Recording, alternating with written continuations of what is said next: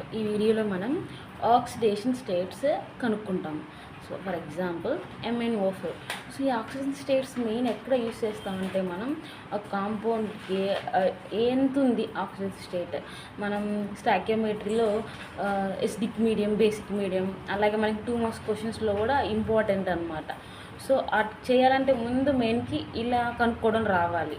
ఈ acidic medium, basic మీడియంలో అసలు అదే రెడ్యూస్ అయిందా, ఆక్సిడైజ్ అయిందా అని కనుక్కోవాలంటే ముందు మనకి కాంపౌండ్కి ఆక్సిజన్ స్టేట్ ఎంత ఉందో కనుక్కొని రావాలి. సో ఇలా చేయొచ్చు అనమాట. So for example MnO4. So MnO4లో మనం Mnని X అనుకుంటాం అనమాట. దీనికి ఆక్సిజన్ స్టేట్ కనుక్కోవాలి. సో ఇది electropositive element and oxygen is electronegative element.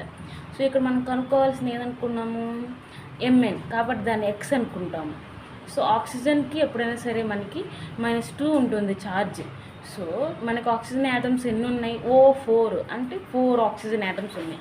So X plus -2 × 4, -2 ఒక ఆక్సిజన్కి 4 ఉన్నాయి కాబట్టి (4) ఈక్వల్ టు, ఇక్కడ మనకి ఛార్జ్ ఏం లేదు, ఆక్సిజన్ కానీ ఇది ఏం ఛార్జ్ లేదు మనకి.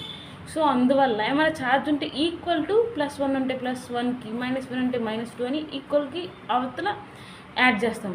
బట్ ఇక్కడ ఏం లేదు కాబట్టి 0కి ఈక్వల్ చేస్తాం. సో X -2 4, సో 2 4 8 కాబట్టి -8 = 0. సో మనకి ఈ X అటువైపు వెళ్తే +8 అవుతుంది. సో ఇక్కడ మ్యాంగనీస్కి మనకి ఆక్సిజన్ స్టేట్ ఎంత ఉన్నట్లు, +8. సో Mn ఎంత ఉంది ఆక్సిజన్ స్టేట్ అంటే +8. సో ఇలా మనం చాలా వాటికి కనుక్కోవచ్చు.